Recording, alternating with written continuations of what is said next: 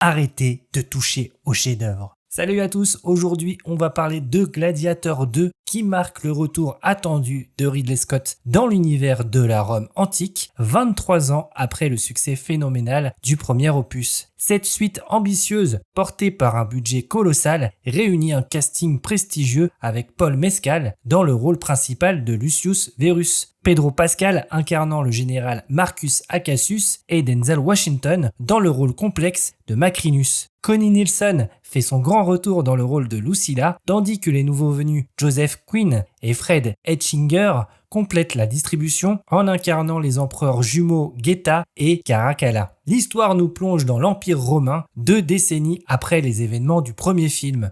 Lucius Verus, le fils de Lucilla et neveu de Commode, mène une existence paisible en Numidie aux côtés de son épouse. Cette tranquillité est brutalement interrompue lorsque le général Marcus Acacius et ses troupes d'élite attaquent sa propriété, massacrent sa femme et le réduisent en esclavage. Sous la tutelle énigmatique de Macrinus, un ancien esclave devenu maître d'armes aux motivations troubles, Lucius devra apprendre à survivre dans l'arène tout en démêlant les fils d'une conspiration qui menace l'Empire, particulièrement autour des empereurs jumeaux Geta et Caracalla, dont la rivalité croissante menace de plonger Rome dans la guerre civile. Gladiator, premier du nom, était un de mes films préférés adolescents. J'ai dû le voir une bonne dizaine de fois. Je partais voir cette suite en étant très réticent et au final, j'avais raison, c'est une déception. La principale faiblesse du film réside dans son manque d'originalité narrative. Le scénario, bien que solide, emprunte trop visiblement la structure du premier opus. Un homme injustement déchu, cherchant vengeance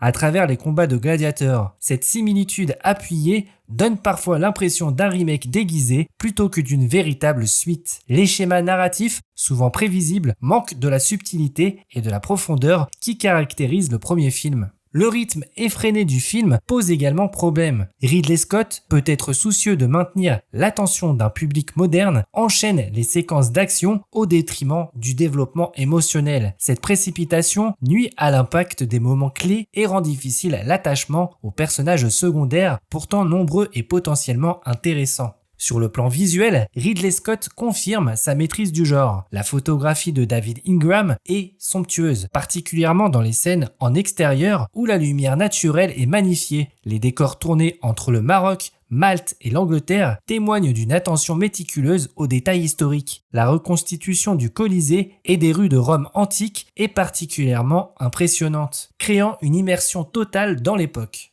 Les scènes d'action constituent indéniablement l'un des points forts du film. Les combats de gladiateurs sont chorégraphiés avec une précision chirurgicale, alternant entre plans larges permettant d'apprécier la chorégraphie et plans rapprochés transmettant la brutalité des affrontements. La bataille navale au Colisée, moment spectaculaire du film, démontre l'ambition visuelle du projet et la maîtrise technique de l'équipe, bien que l'incohérence de cette scène est totale. Cependant, certains choix de mise en scène s'avèrent discutables. L'utilisation excessive de la caméra tremblante dans certaines séquences d'action peut désorienter le spectateur. Plus problématique encore, l'introduction d'éléments fantastiques, comme les singes mutants et le requin dans le Colisée détonne avec le réalisme historique général du film et risque de sortir le spectateur de sa suspension consentie d'incrédulité. Le casting livre des performances contrastées. Denzel Washington domine incontestablement le film dans le rôle de Macrinus. Sa présence charismatique et la profondeur qu'il apporte à son personnage élèvent chaque scène dans laquelle il apparaît. Joseph Quinn impressionne également en empereur Geta, offrant une interprétation nuancée qui explore les contradictions d'un jeune souverain tiraillé entre idéalisme et pragmatisme politique. Paul Mescal, dans le rôle principal de Lucius, livre une performance honorable, mais peine à égaler le charisme mémorable de Russell Crowe. Son interprétation manque parfois de la gravité nécessaire, particulièrement dans les premières séquences où son personnage doit porter le poids de la tragédie. Pedro Pascal tire son épingle du jeu en Marcus Acacius, malgré un personnage qui aurait mérité plus de développement. Et enfin, Connie Nielsen, reprenant son rôle de Lucilla, semble quelque peu sous-exploité. Son personnage, pourtant crucial dans le premier opus, montre peu d'évolution malgré les années écoulées, se contentant souvent d'un rôle de témoin des événements plutôt que d'actrice de l'intrigue.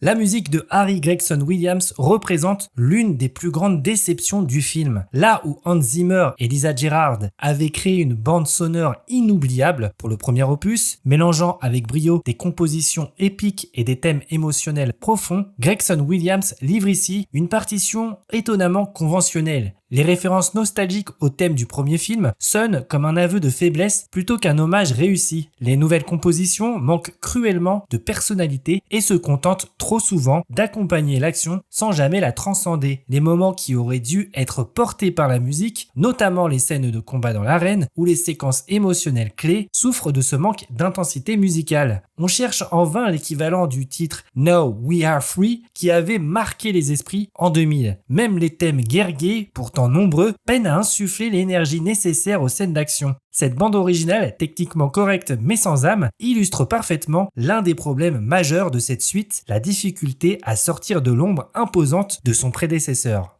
En conclusion, Gladiator 2 est un film qui souffre inévitablement de la comparaison avec son illustre prédécesseur. Malgré une réalisation technique impressionnante, des séquences d'action spectaculaires et quelques performances remarquables, notamment celle de Denzel Washington, le film peine à trouver sa propre identité. Le manque d'originalité du scénario, le rythme effréné qui sacrifie la profondeur émotionnelle et certains choix de mise en scène discutables empêchent cette suite d'atteindre les sommets du premier opus. Et vous, qu'avez-vous pensé de ce retour dans l'arène? Partagez votre avis en commentaire, n'oubliez pas de liker la vidéo et de vous abonner pour ne manquer aucune des prochaines critiques. Salut!